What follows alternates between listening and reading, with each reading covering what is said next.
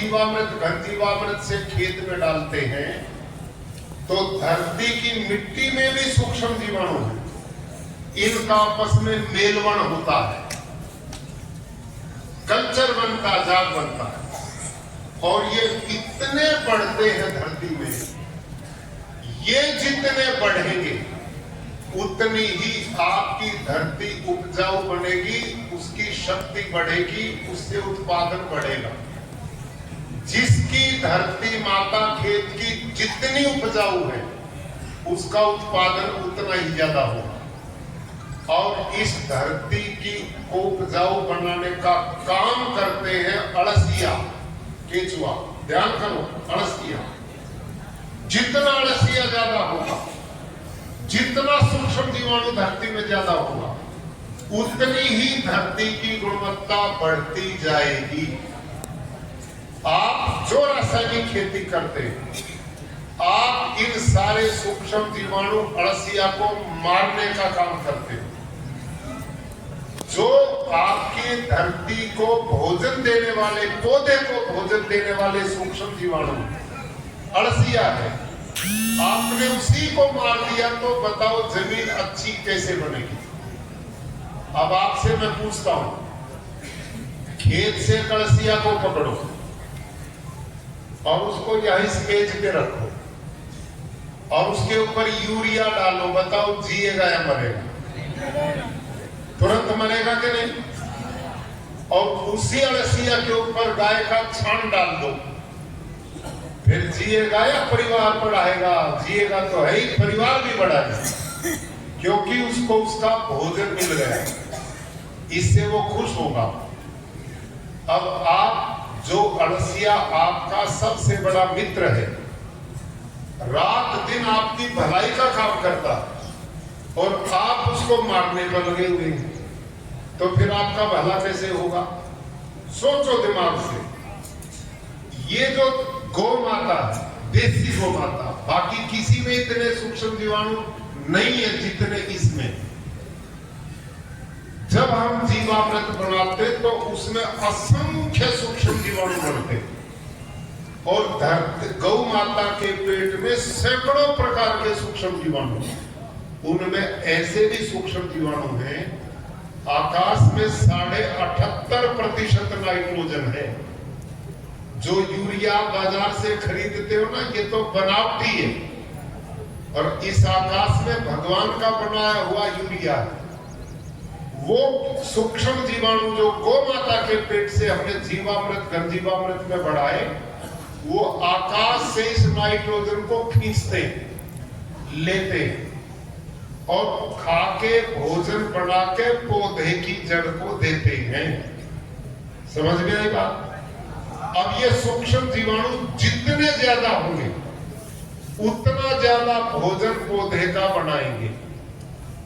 और ये अड़सिया ना किसान भाइयों, ये अड़सिया ये धरती में देखो यूं जाता। अब मैं दिखाता हूं आपको अपने खेत का अड़सिया। आप पे वो है जी, आप ये स्क्रीन देखना ध्यान से। इस स्क्रीन में देखो मेरे खेत में पिछले साल का। आज मैं गुरुकुल कुरुक्षेत्र के प्राकृतिक कृषि फार्म पर पहुंचा। आप सब जानते हैं कि पिछले 10-11 जुलाई में उत्तर भारत में भारी बारिश हुई और कुरुक्षेत्र में भी वर्षा पर्याप्त मात्रा में हुई, जिसके परिणाम स्वरूप सभी लोगों के खेत लबालब पानी से भरे। ऐसी स्थिति में गुरुकुल कुरुक्षेत्र के प्राकृतिक खेती के अंदर जो केचुआ है, वो एकदम धरती से बाहर निकला और जो रास्ते हमने चलने के लिए खेतों के बीच में बनाए हैं, उनके बीच में आप देख सकते हैं कितनी बड़ी संख्या में केचुए रेंग रहे हैं, चल रहे हैं। और हमारे एक एकड़ में 8-10 लाख तक केचुआ काम करते हैं। अब इसको सुनो ध्यान से। और ये भूमि में 8-10 फुट तक सीधा छेद बनाते हैं, दूसरे छेद से ऊपर आते हैं, इससे जाते हैं, इससे आते हैं।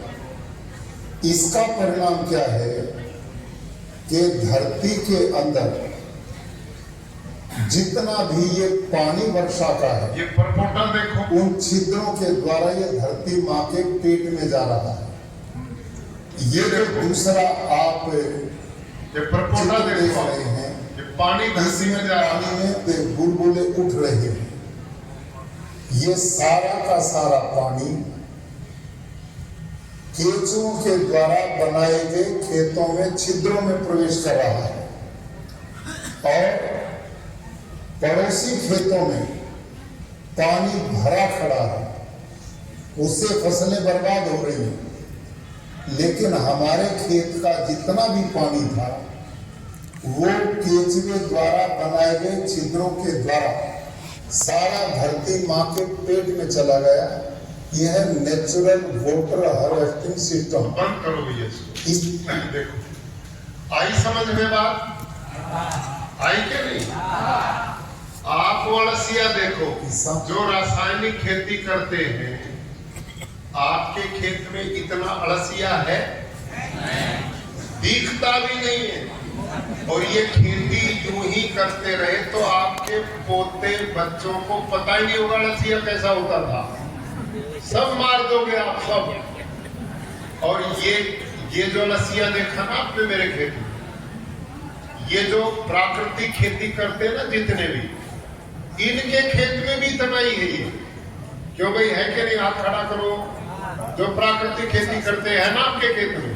हाँ, और आप भी करेंगे तो ये 2-3 साल में इतना ही हो जाएगा। अब ये करता क्या है आपने देख लिया। ये अड़सिया जिस खेत में होता है ना, उसी खेत की मिट्टी से ये उस मिट्टी को खाता है। 5-10 फुट तक यूं चलता, नीचे की खनिजपूर्ण मिट्टी को खाता है और खा के पेट से निकालता है, पौधे की जड़ को देता है।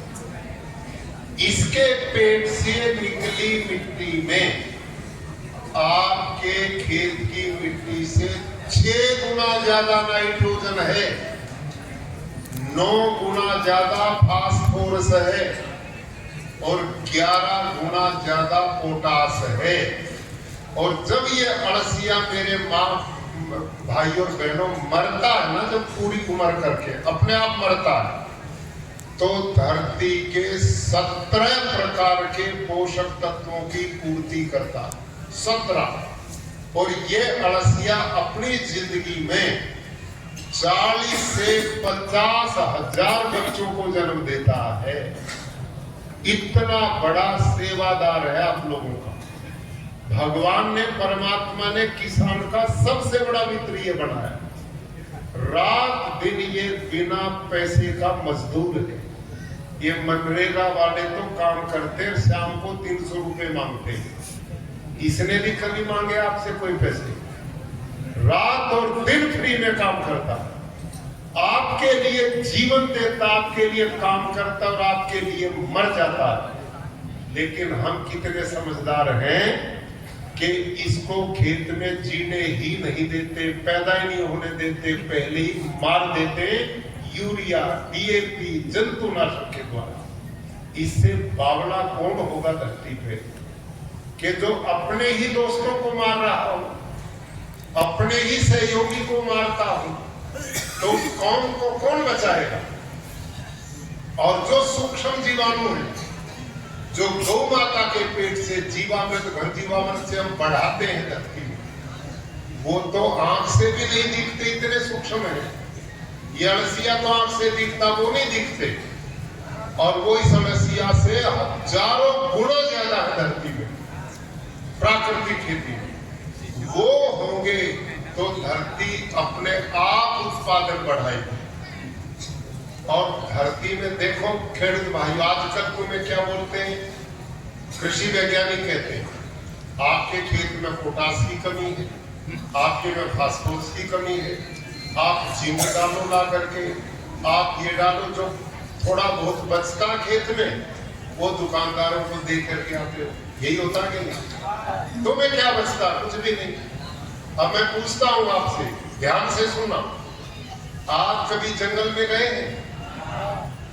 जंगल में दुनिया भर के पेड़ पौधे हैं, बहुत तरह के पेड़ पौधे। आप सबसे पूछता हूं, उन पेड़ों को यूरिया कौन देता भाई? डीएपी कौन देता है? जंतुनाशक वहां कौन डालता है? पानी कौन देने जाता है? छाण कौन डालता है? कोई भी नहीं। और वहां जंगल का पेड़ जब समय आता तो फलों से लग जाता है। और जंगल के किसी भी पेड़ के पत्ते को तोड़ो और प्रयोगशाला में ले जाओ, उसमें किसी भी पोषक तत्व की कमी नहीं है। उसमें phosphorus, zinc, potash, magnesium, iron, copper जो चाहिए सारे तत्व उसमें कहां से आ गए? जब जंगल में परमात्मा प्रकृति सारी चीजों की खुद ही पूर्ति करती है, तो आपके और मेरे खेत में क्यों नहीं करेगी?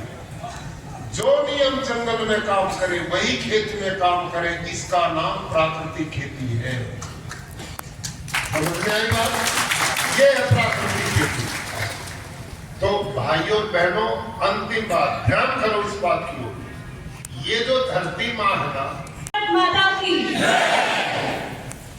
माननीय राज्यपाल श्रीનો બગદાણા આશ્રમ અને કિસાનો વતી ખૂબ ખૂબ આભાર.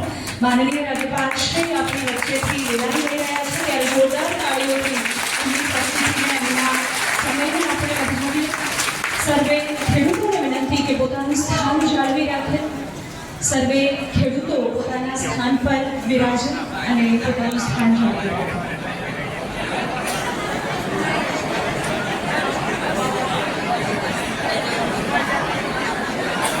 સર્વે કિસાનો માટે ભોજન પ્રસાદની વ્યવસ્થા પણ કરવામાં આવી છે.